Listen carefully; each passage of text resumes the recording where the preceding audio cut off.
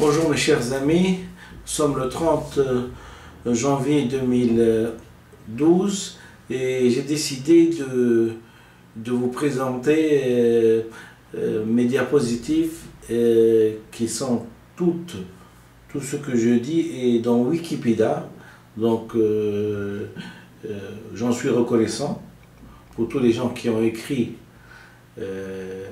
soit des articles politiques, soit des articles scientifiques, soit des articles de politique économique, soit des définitions, soit des citations, soit des bibliographies et des biographies.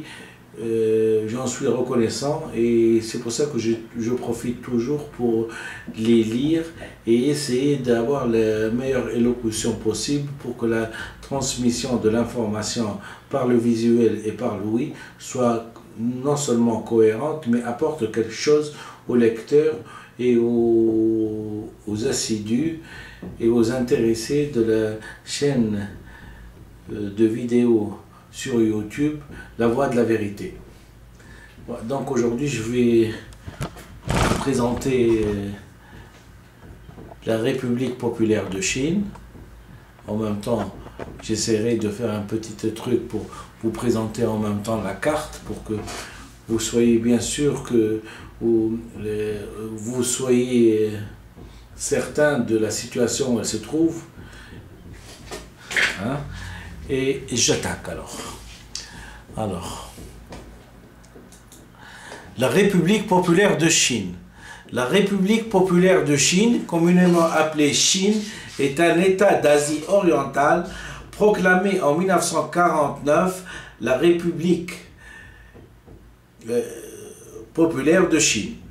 La République est dirigée depuis par le Parti communiste chinois, le PCC.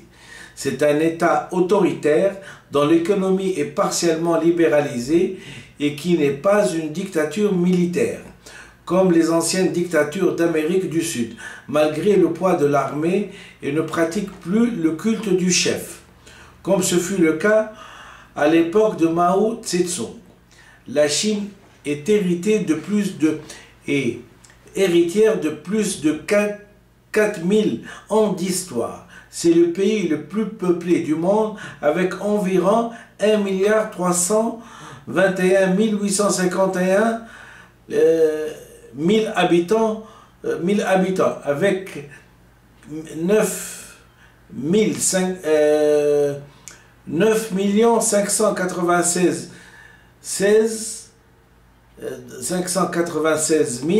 960 km². C'est également le plus grand pays d'Asie orientale et le troisième plus grand pays du monde après la Russie et le Canada. En 2007, la Chine était la troisième puissance économique mondiale.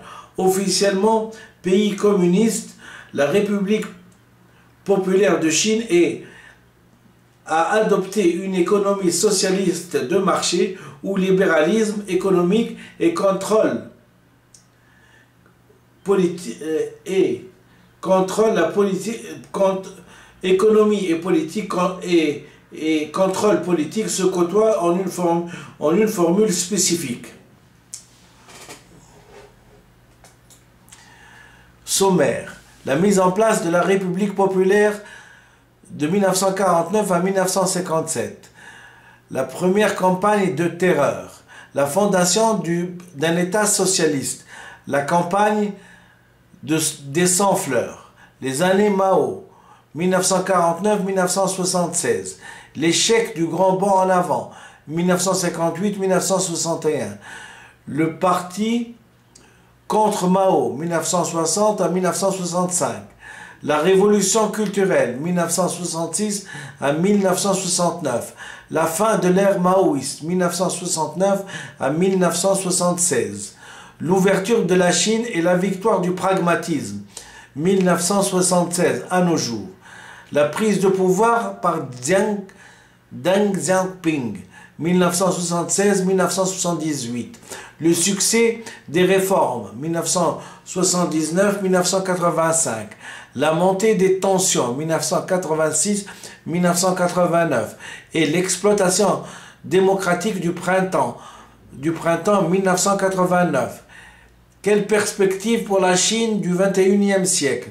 Le problème persistant du respect des droits de l'homme. Notes et références, voire aussi bibliographie, etc., etc. Je vous présente aussi la carte pour juger de l'immensité de la Chine, entourée de plusieurs pays, Corée du Sud, Corée du Nord, Mongolie, Fédération de Russie, le Kyrgyzstan, le Kyrgyzstan, le Tadjikistan, l'Afghanistan, le Pakistan, l'Inde, le Népal, le Bhoutan, la Birmanie, le Laos, la Thaïlande, le Vietnam, Taïwan, qui est une île au large de la Chine. Hein? Voilà à peu près de quoi se situer. Alors, la mise en place de la République populaire. L'avènement de la République populaire de Chine a suivi une période chaotique d'une centaine d'années, marquée par la domination de la Chine par les puissances étrangères, puis le chaos interne de la guerre civile. Donc, l'avènement de la République populaire de Chine a suivi une période chaotique d'une centaine d'années, marquée par la domination de la Chine par les puissances étrangères, puis le chaos interne de la guerre civile. Les guerres de l'opium avaient soumis la dynastie Qing à l'exploitation du pays par les 8 armées étrangères unies, ayant à leur solde des seigneurs de la guerre. La chute de l'Empire voit l'avènement de la République de Chine qui ne réussit pas à stabiliser le pays déchiré par des conflits entre factions rivales. En 1927 éclate la guerre civile chinoise, opposant le Parti communiste chinois et le Kuomintang, parti nationaliste qui accède au pouvoir l'année suivante. Le conflit déchire le pays jusqu'au déclenchement de la guerre contre le Japon, durant laquelle un accord a été convenu entre le Parti communiste chinois et les Kuomintang pour combattre ensemble l'envahisseur étranger. Après la Seconde Guerre mondiale, lors de la reprise de la guerre civile, le Parti communiste chinois a rallié les paysans à sa cause.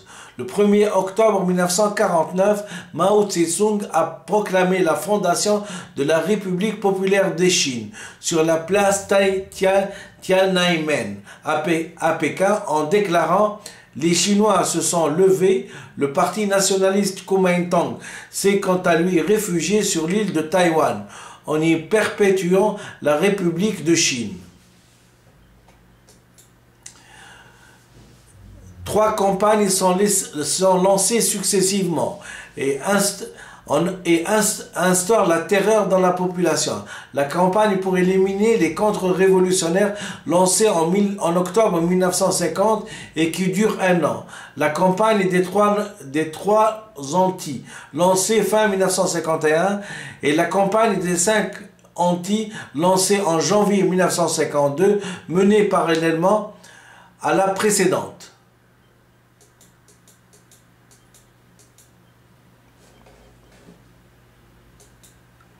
En 1953 a lieu la mise en place du premier plan quinquennal. L'économie est basée sur l'industrie lourde, sur le modèle de l'Union soviétique qui fournit les capitaux. Durant cette période, 10 800 soviétiques et 1500 Européens de l'Est furent employés en Chine dans le cadre des projets liés au transport, aux communications, à l'éducation ou à la santé. Dans le même temps, des milliers de scientifiques, ingénieurs et étudiants chinois furent envoyés étudier en soviétique. La campagne des 100 fleurs. La campagne des 100 fleurs est l'histoire d'une comédie qui va se muer en tragédie. De Ménach, 1995. Mao appelle à une campagne de rectification afin de rétablir son autorité affaiblie et améliorer les relations entre le parti et la population. Le principe est d'autoriser la critique pour améliorer le parti. Peu de temps après le lancement de la campagne en 1957, la contestation explose. Le parti réagit et exerce une répression féroce qui fera plusieurs centaines de milliers de victimes emprisonnées, déportées et parfois exécutées.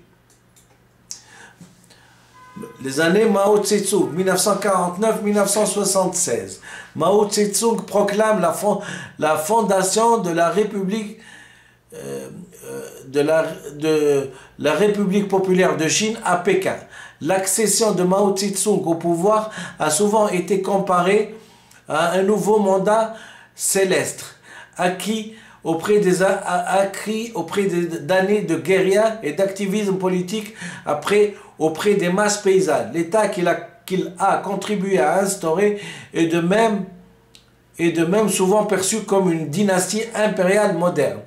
Après l'instauration de la République soviétique chinoise du Jiangxi en 1931, c'est au cours de la longue marche entre octobre 1934 et octobre 1935 que Mao a acquis le titre incontesté du leader du Parti communiste chinois sans être à l'époque membre du Politburo.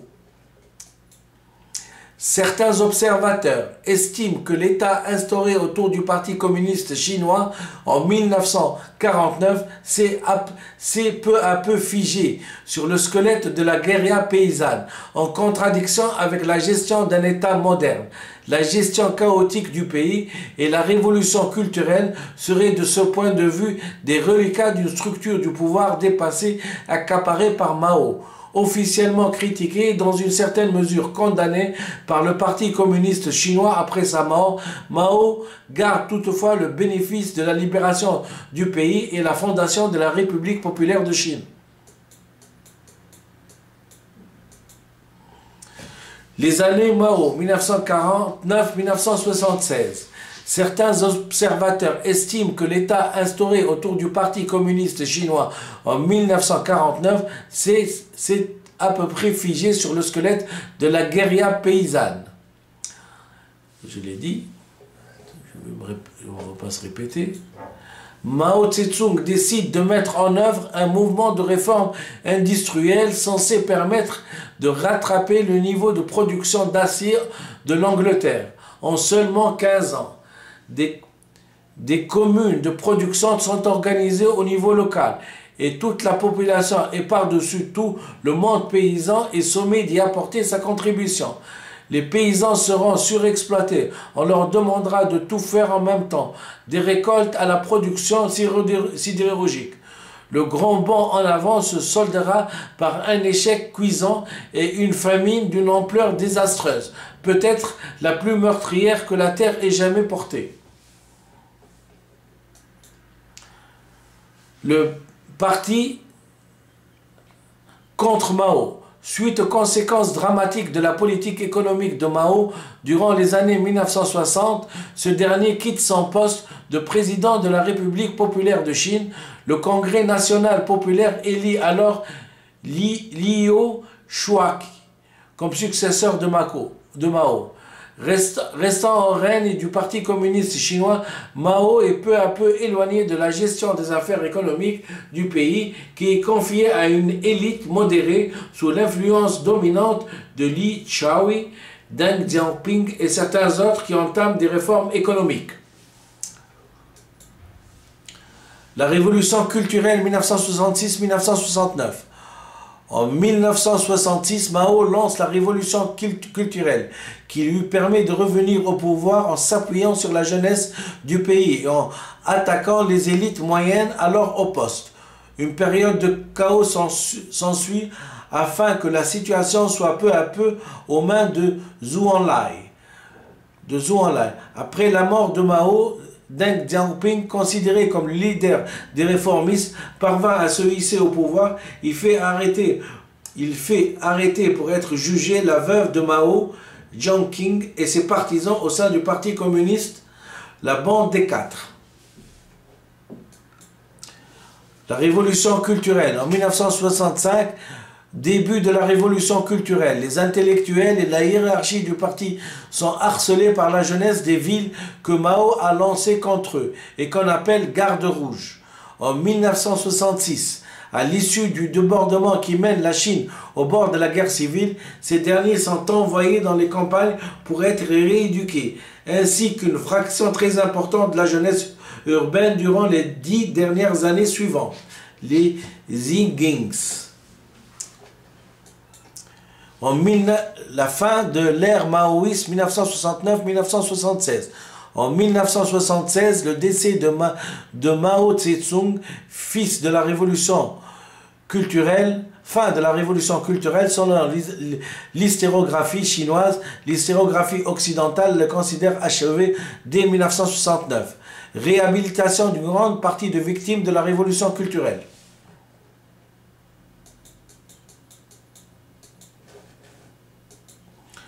L'ouverture de la Chine à la victoire du pragmatisme. La prise de pouvoir par Deng Xiaoping, 1976-1978, 1978 du 18 au 22 décembre, se tient la 3e session plénière du 11e comité central du Parti communiste chinois. Le communiqué officiel annonce que la Chine encouragerait les coopérations économiques avec les autres pays et cherche à obtenir les technologies et équipements les plus avancés du monde. Ce revirement politique marque le début de la politique d'ouverture de la Chine. L'ouverture de la Chine et la victoire du pragmatisme. Les critiques adressées à ces réformes économiques émanant généralement des paysans les plus pauvres et des observateurs étrangers notent que ces réformes ont créé de grandes disparités au sein du pays, une importante pollution, une corruption rampante, un chômage croissant et une mauvaise gestion des entreprises d'État. Cette situation est potentiellement menaçante pour la stabilité du régime. Certains acteurs de la vie politique chinoise, de journalistes et de magistrats critiquent également le manque de réformes politiques sur des questions cruciales, notamment eu égard à une participation du peuple dans les votes aux élections. Le succès des réformes 1979-1985. À partir de 1980, Deng Xiaoping encouragea la Chine sur des politiques de réforme économique. Les 4 modernisations, l'industrie et commerce, éducation, organisation militaire et agriculture, et d'ouverture qui commencèrent par une décollectivisation des terres, suivie par des réformes industrielles dont le but était de décentraliser les contrôles du gouvernement dans le secteur industriel. Le succès des réformes. Deng développa l'idée de la zone économique spéciale où l'investissement étranger pouvait s'investir sans restriction du gouvernement sur la base capitalistique. Il considère l'industrie légère comme la base de développement de l'industrie lourde.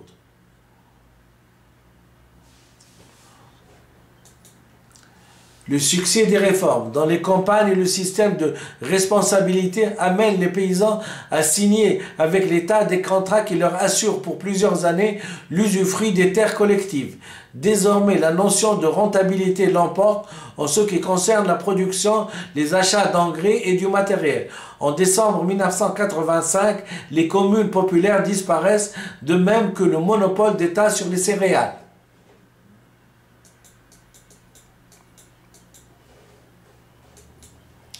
Le succès des réformes. En même temps, la production augmente, régulièrement suivie par les revenus paysans. À l'efficacité du système de responsabilité viennent s'ajouter les effets de la révolution verte, qui repose sur l'usage accru des engrais, des pesticides et de la mécanisation. La récolte de 1984 dépasse 400 millions de tonnes. Mais la fin de la collectivisation comporte aussi des aspects négatifs. Elle rend inutile près de 200 millions de ruraux. Le succès des réformes. Le rapide développement des secteurs économiques de consommation et d'exportation, la création d'une classe moyenne urbaine regroupant 15% de la population, un accroissement des niveaux de vie perçus au travers d'une augmentation importante du revenu par habitant, de l'espérance de vie et du niveau d'éducation, et une plus large frange de droits et libertés pour le Chinois moyen, témoignant du succès des réformes. La montée des tensions 1986-1989 et l'explosion démocratique du printemps 1989. Bien que le niveau de vie se soit amélioré d'une manière importante, les réformes de Deng n'étaient pas au-dessus de toute critique. Les conservateurs s'affirment que Deng avait à nouveau ouvert la Chine à divers maux sociaux et un accroissement global de la pensée matérialiste, alors que les libéraux attaquèrent Deng sur ses positions politiques inflexibles.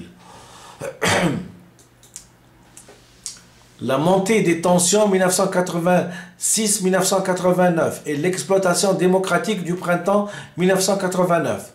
Les forces libérales commencèrent à manifester de diverses manières et à réclamer la démocratie, la cinquième modernisation, ce qui conduisit en 1989 aux manifestations de la place Tiananmen, épisode dit du printemps de Pékin, et à leur répression le 4 juin 1989, pour lesquelles le gouvernement chinois fut internationalement condamné. La répression des mouvements estudiantins entraîna une condamnation de la part de nombreux pays du monde et un embargo sur les ventes d'armes à la Chine.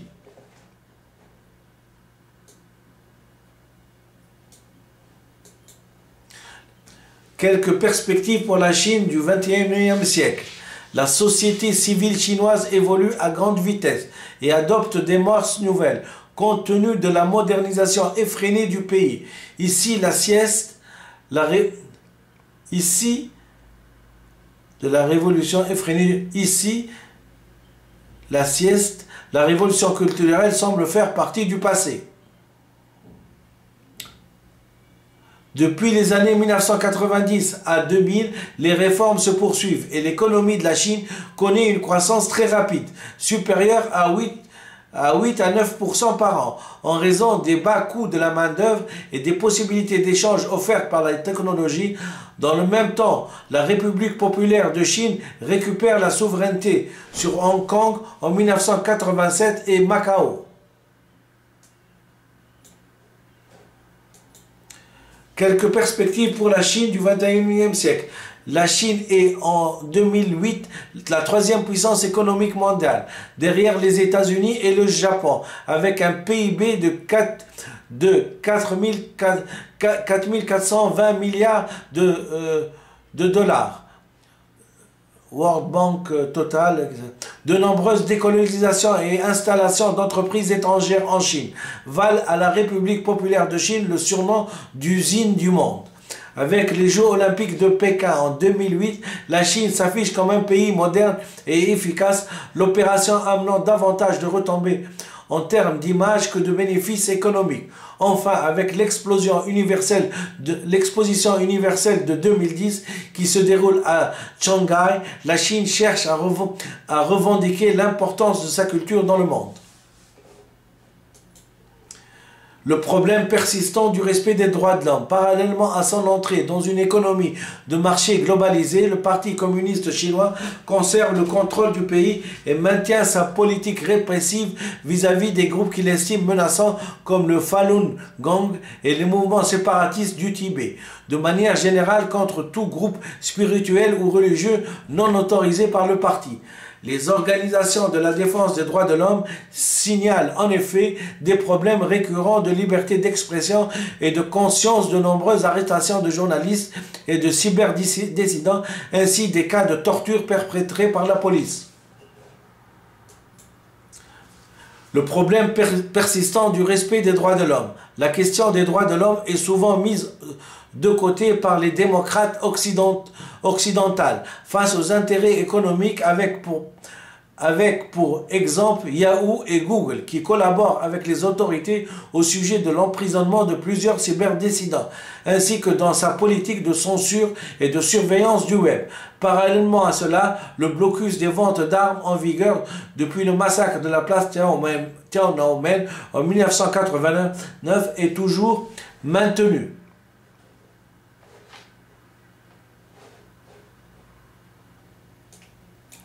Voilà à peu près ce que j'avais à dire.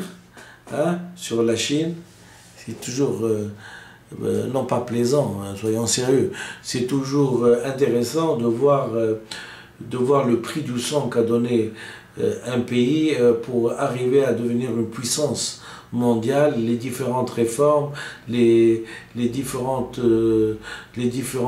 insurrections, les différentes probablement liquidations de personnes, les différents dangers qu'a encouru toute une civilisation pour enfin arriver. Je vous remercie infiniment et je me devais de lire de façon précise ce qu'a fait la Chine, le chemin assez tortueux qu'elle a emprunté pour arriver, et félicitations et vive la République populaire de Chine.